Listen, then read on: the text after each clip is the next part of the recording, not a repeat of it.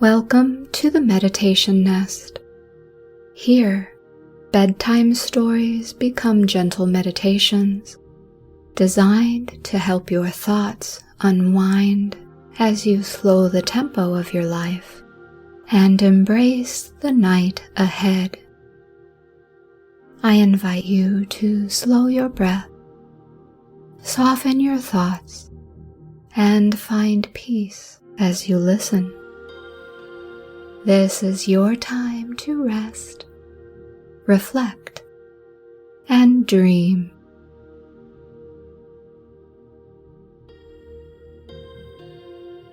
Tonight's story is about names. They aren't names spoken every day. They aren't names written on documents or whispered across busy rooms. They are the names that linger quietly in the spaces between generations. The names that once carried laughter, sorrow, devotion, courage. The names that held entire lifetimes. There are places in this world, and perhaps beyond it, where names are not lost when they fade from conversation. They are gathered, held, woven. So climb into bed and get cozy. Let each breath bring you nearer to total relaxation. Let your body grow heavier with each quiet exhale. Tonight's story is called Where Names Still Hum, and it begins in a village where memory hums softly beneath the surface of things. There was once a village built in a valley so remote that even the wind arrived gently, as though it did not wish to disturb the quiet work of time. The houses were small and made of pale stone. Moss gathered in the creases between them. Lanterns glowed softly at dusk, casting amber halos across cobbled paths. And in that village, names were sacred. Not merely spoken, carried. When a child was born, their name was chosen slowly, never in haste. It was said that each name carried a current within it, a rhythm that would hum softly through a lifetime. The villagers believed that to speak a name was to recognize the thread of a soul. And yet, as in all places, time moved forward. People grew older. Voices faded. Stories softened. Names were spoken less often. And eventually, some were no longer spoken at all. That was when the humming began. Just beyond the farthest row of houses, at the edge of a valley where the grass turned silver in early morning light, stood a narrow cottage with tall windows and a roof of deep slate. Inside lived the weaver. No one remembered when she had first arrived. Her hair shimmered like the threads of dusk and dawn intertwined. Her hands moved with the patience of someone who understood that nothing essential could ever truly be hurried. She worked at a loom taller than herself, and she listened. For when a name went unspoken long enough, it did not vanish. It drifted. It traveled the air in soft currents, humming faintly, like the echo of a bell long after it had been struck. The weaver heard these hums. She would pause mid-thread, tilt her head slightly, and let the sound guide her fingers. Then she would begin to weave. Each forgotten name became a strand. She didn't write them. She didn't carve them into stone. She didn't preserve them in books. She stitched them into cloth. Fine threads of silver and indigo, warm strands of amber and moss green, pale lines of moonlight woven beside deeper currents of midnight blue. As she worked, the names hummed more clearly, not loudly, only enough to be felt. Over the years, tapestries gathered along the walls of her cottage. Each one shimmered differently. Some carried the warmth of summer fields. Others held the quiet dignity of winter evenings by firelight. And though the villagers didn't visit often, they knew the weaver was there. They sensed it. When grief lingered too long in a home, someone would glance toward the valley's edge and whisper, "She is listening." When a child asked about an ancestor whose stories had grown faint, a parent would smile gently and say, "The thread still exists." One autumn, when the air sharpened and the leaves burned in copper and gold, the weaver began her greatest work. She felt it before she heard it, a gathering, a rising of hums, not one or two forgotten names, but many. The valley itself seemed to vibrate with quiet memory.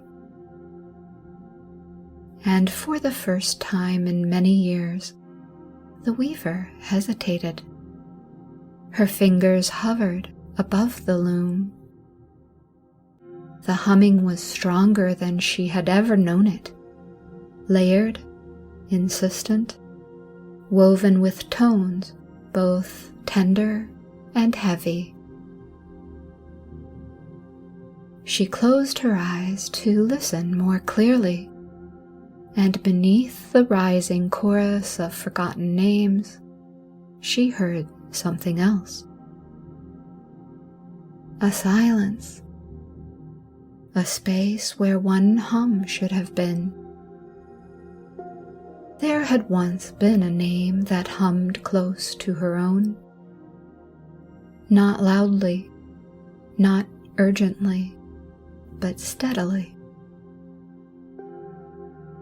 It had lived beside her work like a second heartbeat, present in the quiet evenings, present in the first light of dawn. A name she had never woven. She had told herself she would wait, that some threads required distance before they could be touched. But time had folded around that name, softening its edges. And now, as the valley stirred with memory, she realized she could no longer hear it clearly. The absence didn't ache sharply. It pressed more like a hand against the center of her chest. Familiar, steady, unarguable. She rested her palms against the wood of the loom. For years she had gathered the forgotten for others. She had stitched belonging back into the village again and again. Yet she had kept one thread unspun, fearing that to weave it would make the loss too visible. Her breath grew slow. The lantern flames trembled faintly. And in that quiet, she understood something she had always known for the villagers, but had never allowed for herself. Belonging doesn't diminish when it is woven. It deepens. Her hands moved. She reached for a thread unlike the others. Not silver, not indigo, not amber. This thread shimmered faintly between colors, shifting with the light. It carried warmth and absence at once.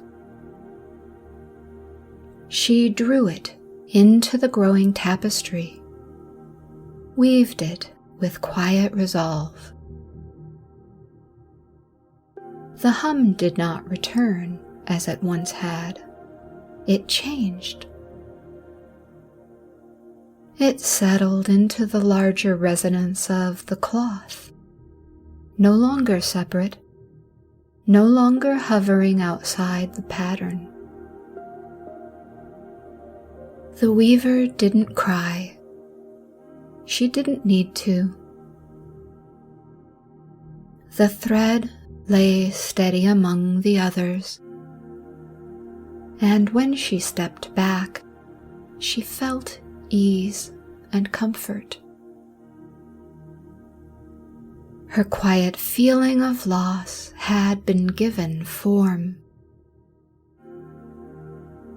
Only then did her hands grow certain again. Only then did the loom begin to sing without hesitation.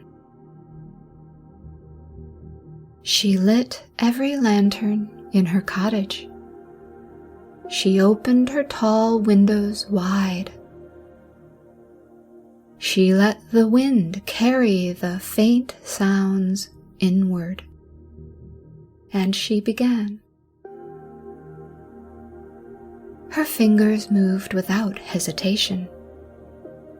The loom sang softly with each pull and release.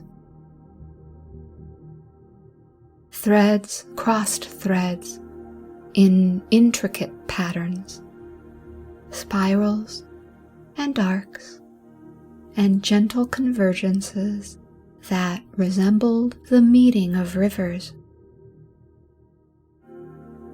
Each name that entered her weaving shimmered with a distinct tone. There was the name of a woman who once planted orchards on the hillside. The name of a child who had laughed so brightly that neighbors remembered the sound even decades later. The name of a traveler who had arrived with nothing and left behind kindness. They didn't appear as faces. They emerged as warmth, as texture, as light woven into form. The tapestry grew taller than the doorway, wider than her outstretched arms. When the final thread settled into place, the entire cloth shimmered, not in spectacle, but in resonance. The weaver stepped back, and for the first time in many years, she left her cottage at dusk. She carried the tapestry carefully, though it seemed to weigh nothing at all. The village had already begun to gather.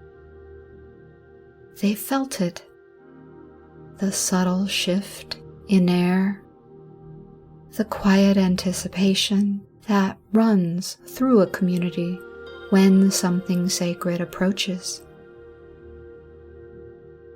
Lanterns were lit along the path. Children held their parents' hands. The weaver placed the tapestry in the center of the square. At first, the villagers saw only color. Silver glints, deep blues, threads like soft sunrise across water. Then they heard it, a hum, low and steady, like a collective heartbeat. The tapestry did not display names in letters. It revealed them in sensation. A woman closed her eyes and felt her grandmother's steady presence beside her. A man inhaled sharply and remembered the orchard his great-grandfather once tended. A child pressed her palm to the fabric and felt laughter ripple through her fingertips. The villagers did not speak at first.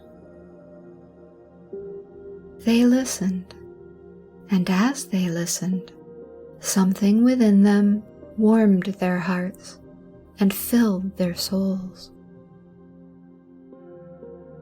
They realized that nothing woven into love is ever lost.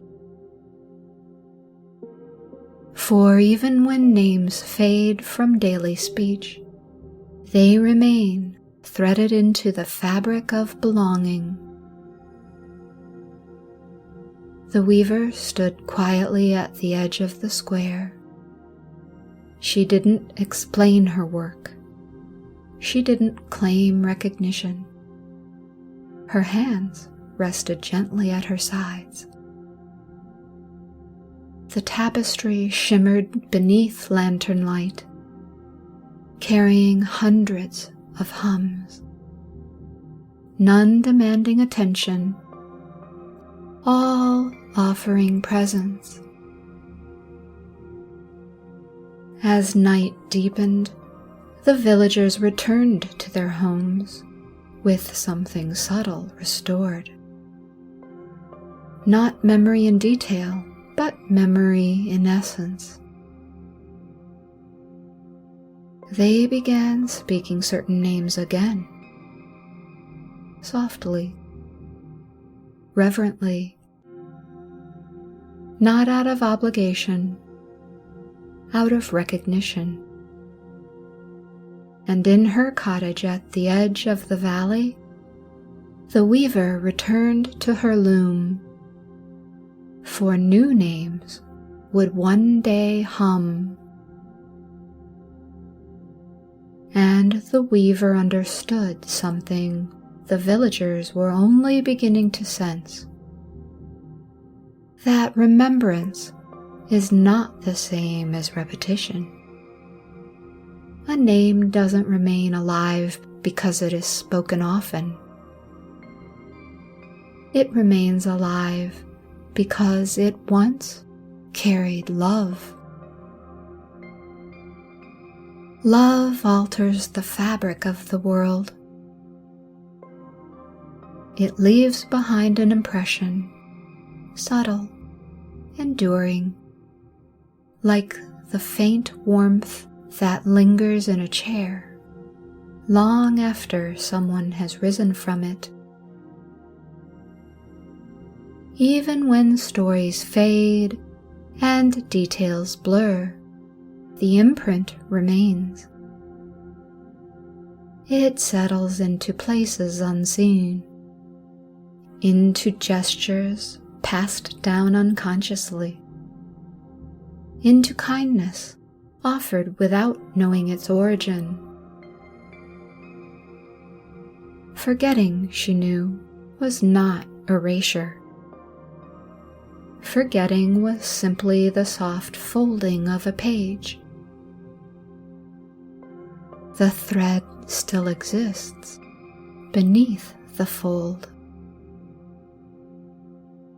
There are moments in every life that seem small at the time. A hand held briefly in reassurance. A loaf of bread left at a neighbor's door. A song hummed while washing dishes. These moments rarely make their way into history. They are not carved into stone or written into records. Yet they are stitched into the invisible fabric of belonging. The weaver often wondered how many threads in her tapestries came from such ordinary acts. More than the villagers would ever guess. For the fabric of existence is not held together by grand declarations. It is held together by steady devotion, by quiet presence, by the countless unnamed choices to care. And so, when a name drifted toward her loom, humming faintly, she didn't ask whether the life had been remarkable. She listened for tenderness. That was enough. Sometimes, as she worked late into the night, she would pause and consider a future she would not see, a time when her own hands would grow still, when her cottage windows would dim. She knew that one day her own name would no longer be spoken in the village square. The thought didn't trouble her, for she trusted the hum. She trusted that even the listener is woven into what she gathers. Even the keeper becomes thread. And somewhere, in a valley yet unknown, in a cottage yet unbuilt, another weaver would tilt her head slightly at the sound of a faint vibration in the air. The weaving would continue. The cloth would grow. Belonging would continue. Nothing offered in love would be lost. The tapestry was never finished. It was only ever continuing, and she would be there, listening. The end. There are names you carry within you, not all of them spoken aloud. Some are memories of those who shaped you. Some are versions of yourself you once were. Some are hopes not yet voiced. Nothing woven into love disappears. It shifts. It hums quietly until it is noticed again. Tonight, as you rest, imagine your own life as a tapestry. Threads crossing threads. Moments layered upon moments. Belonging stitched deeply into the fabric of who you are. You are not separate from what came before you. You are not disconnected from what remains unseen. You are woven into something larger than memory. Let that thought settle gently. Let your breathing grow slower. Let the quiet hum of belonging hold you. And as you drift towards sleep, know that even what feels forgotten still exists. Softly, steadily, within the great tapestry of being.